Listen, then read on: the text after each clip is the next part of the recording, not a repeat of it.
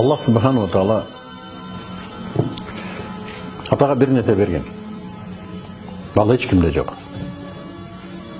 Ата ұлға дуа қылса, Аллах Таала пардасыз қабыл қылады. Ошоны атаға берген. Егер ұлына наразы болса, етегі көчігіне жетпей өтеді ал бала. Президент болса да. Ұлына разы болса, ата, ал кедей болса да бақытылы жашап өтеді. Мен мына біздің қырғыздың қайрадан намазға қайтып, қайрадан динменен жашап атқанын айтамын. Аталар дуа қылған екен бізге. Bir кезде деп айтам. Бұл уыл болды да атасының дуасын алып қалбаса, бұл бақытсыздық. Ошондуктан атасы тирүүлөргө ошону көрөр замат чуркасын атасына. Көрөр замат чуркасын.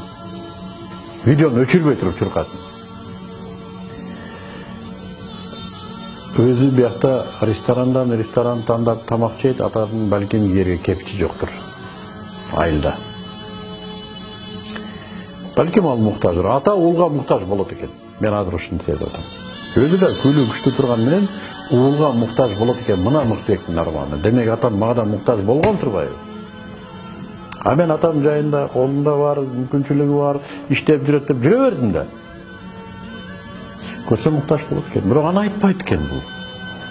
Ата деген ушундай, айтпайт экен. Аны мага окшогон кашеки уулдар сезбей калат экен.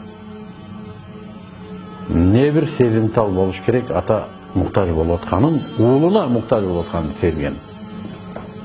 Сезбедиңер, мага окшогон кашеки болсоңуздар да, мен сөзүм ишениңиздер, барыңыздар, атаңыздар муктаж казыр. Ата жаш болса да, кар болса да муктаж. Барыш керек. Бул дүнүйө бизге чейин болгон, бизден кийин да болот. Ата болбойт. Ата жок. Насихатым ушул.